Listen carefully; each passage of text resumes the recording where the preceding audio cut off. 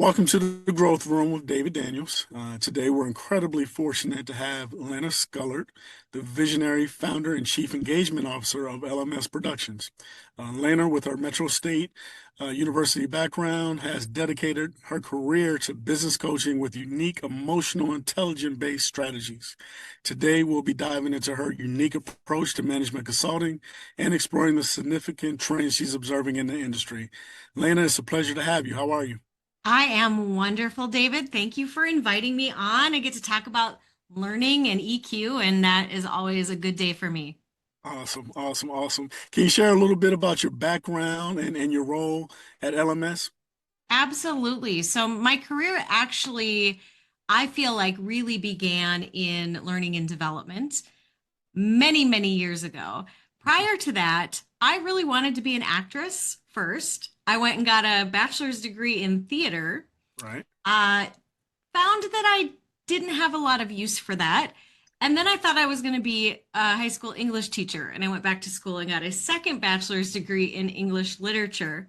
And I was getting ready to pursue a master's in education when I kind of landed my accidental dream job in corporate learning. And Nice. I really fell in love with the corporate learning environment.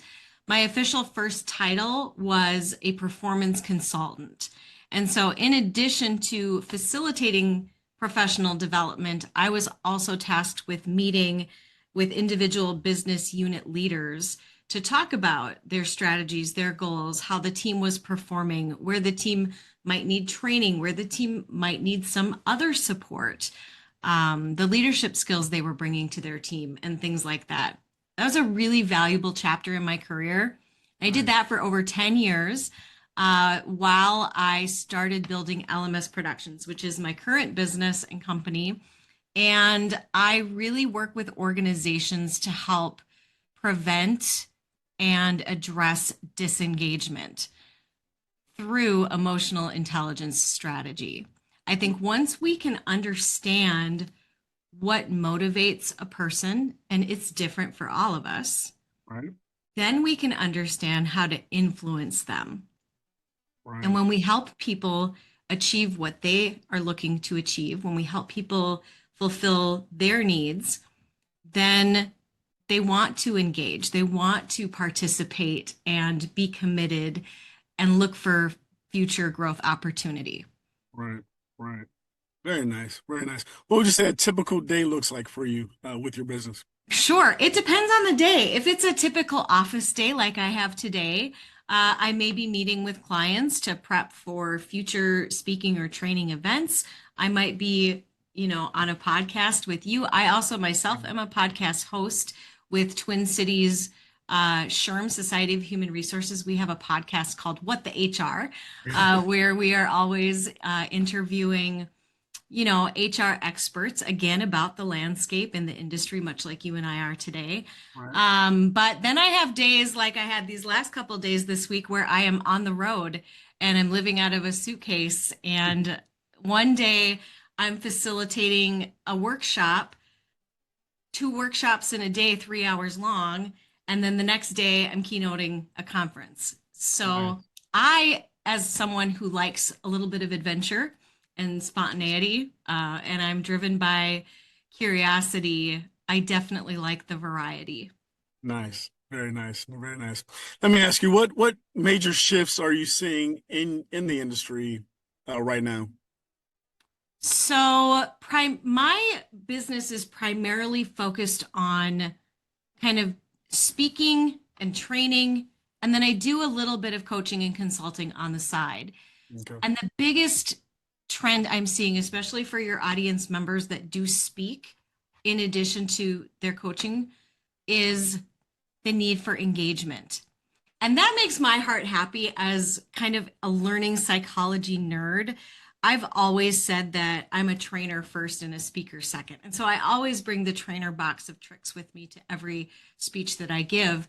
But when I first started doing this 9 years ago, there were people in the speaking industry side of things that told me I would never be a keynote if I insisted on audience engagement. Ah, And the biggest trend that I'm seeing happen in the last probably 3, 4 years is a desire for engagement. And we're not talking about singing kumbaya for the sake of singing kumbaya, right? right. Nobody wants like forced and unnecessary engagement, No doubt. but people are really looking for connection. They're looking to grow their network. And I think they're looking for speakers and coaches that can help them figure out how to do that with intention. How do I start the conversations that help me build connection with someone that I don't know well? And I do think that as adults, it feels harder to make friends than Right. it did when we were kids. Right. Right. No doubt. No doubt. How has that impacted your business or your growth strategy at all? I think first I've found I have a lot of warm leads that come in, and I think it's because I've branded myself on that piece of engagement. I am someone who brings unique and creative activities. It's not just a turn and share with a partner kind of activity, but Right. I bring balloons and I bring cards and like I try to be creative in my approach to interaction and activities. And I think that's really helped me. I would say the biggest challenge for me is scaling it. It's easy to bring props and supplies to do a workshop with 25 people. It's a lot harder to bring props and supplies for an audience of 500, Right. right, as a Right. keynote. Right. So definitely scaling interaction is a big challenge for me. No, I got you. I got you. On the business side, what would you say is working well for you right now, and maybe what's been frustrating at all, if anything? I think I'm in a unique position on the business side in that I have a partner, a spouse that is very financially savvy and smart Nice. and has kind of set up our lifestyle where there's not a lot of pressure on me to have to make a certain amount of income every month. Perfect. And I realize that that is a really unique position, and I'm Right. so grateful to be in it. But I find what's been working really well for me, at least the last few years, I'm going to say it's two or three things. Number one, getting really clear on my brand and the problem I solve. Right. And I think that that's a lot of coaches and speakers struggle with kind of figuring out who is my audience, how do I help them with a specific problem, and then really focusing their brand on that lane. Nice. I think that's really helped me a lot. Um, Challenge wise, I would say, and I think a lot of coaches, consultants, speakers have this challenge is that pricing challenge, right? Right. And that fee negotiation of what value do I bring? Right. How do I make other people see that value, right? Right. Right. And how do I navigate that part of the business so that Right. I feel good about what I'm getting for my contribution and my clients and partners are feeling good about what they're investing. Right, right. That's one thing I always hear is everyone's always concerned about, the return on investment. The ROI is the number one thing people are always trying to make sure, uh, is good enough for them once they're, spending money on, consultants of any magnitude. So that makes a lot of sense. Which metrics right now are you focused on improving the most, again, for the business? I definitely am focused on my close rate. So, how many discovery call conversations am I having? Coupled with where are my leads coming from, whether they're warm leads coming in or whether I'm having to do outreach. And then how many clients am I actually closing deals with and going under contract with? I Nice. think those are the big ones. And then, of course, there's always the income goals that you're seeking. And then for me, also quantity goals that I'm speaking. Like I want to try to be on stage in front of a group at least 50 times a year, whether Nice. that's a 1 hour keynote, a breakout, or a smaller group, longer training session. So like once a week. And how much are you doing? How many are you doing now, would you say? So far for this calendar year, I'm sitting over 30, and there's still a significant amount of the year left to go. Yeah, I'm thinking So for we're me, not I'm 30 feeling weeks in good. yet. Yeah, I'm having a very strong year this year. Good. Last year was a little bit down, which I feel like talking to other colleagues was common. I do think that the state of in-person events is improving. Good. But Good. again, people aren't going to conferences and in-person events so much to listen to experts talk as they are to have an experience Right. and connect with other human beings That's true. in the That's true. flesh, Believe exchanging me. of energy. We need it, don't we? We We do. need it.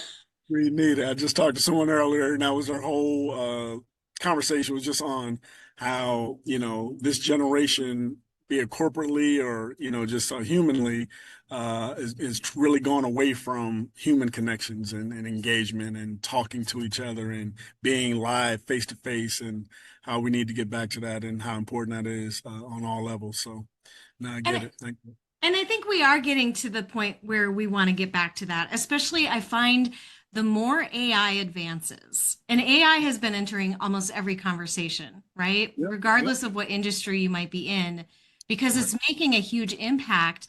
But I'm also finding that there are a lot of people that have a certain amount of skepticism Mm-hmm. that if it's digital, it's not always 100% trustworthy, right? And so we're kind of Yep. the one thing you can trust is if you're sitting across from someone in the flesh having a real conversation, that's real, That's right? right. That's what we That's can right. trust. That's And true. I think the same thing too, whether you're a coach or a consultant or a speaker, is people have so much knowledge at their fingertips. Yep.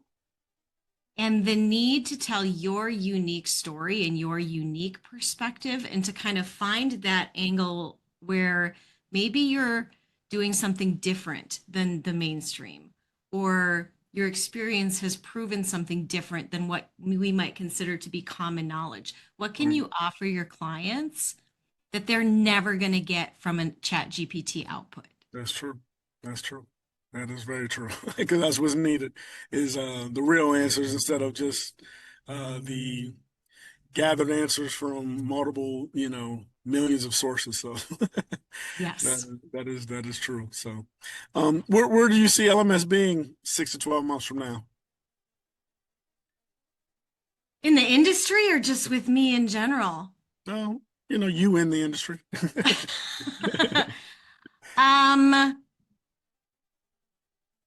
I definitely think that we are going to continue to see our clients looking for something different, Gotcha. looking for something unique, something experiential. And how can we, as experts, bring something that's different or unique that they can't get anywhere else? No doubt. No doubt. I got you. I got you. You mentioned that as a I guess a goal for the business or you know uh, something that you kind of need to solve for the business. If you had a magic wand to fix just one thing with LMS that might be holding you back or slowing you down at all, what would that one thing be?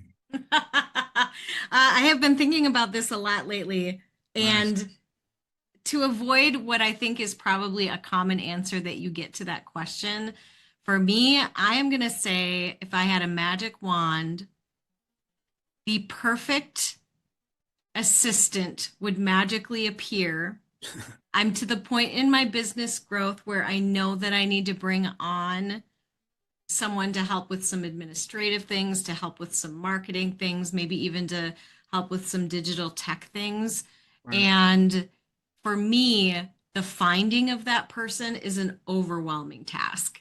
That And makes I've been sense. putting it off for a while. So if I That had makes a sense. magic wand, that would be it. The perfect assistant would just magically appear for me. Perfect. Perfect. That's something that it does seem like it's kind of an industry-wide issue and kind of a unique deal to coaching consultants or speakers as well. So that was great. Thank you for sharing the insights, Lena. And Thank you for being on the Growth Room. I really appreciate it. I really enjoyed the conversation. Thanks for letting me share something that I'm so passionate about. No doubt, no doubt. The passion shone through tremendously, so that's great. Thanks a lot.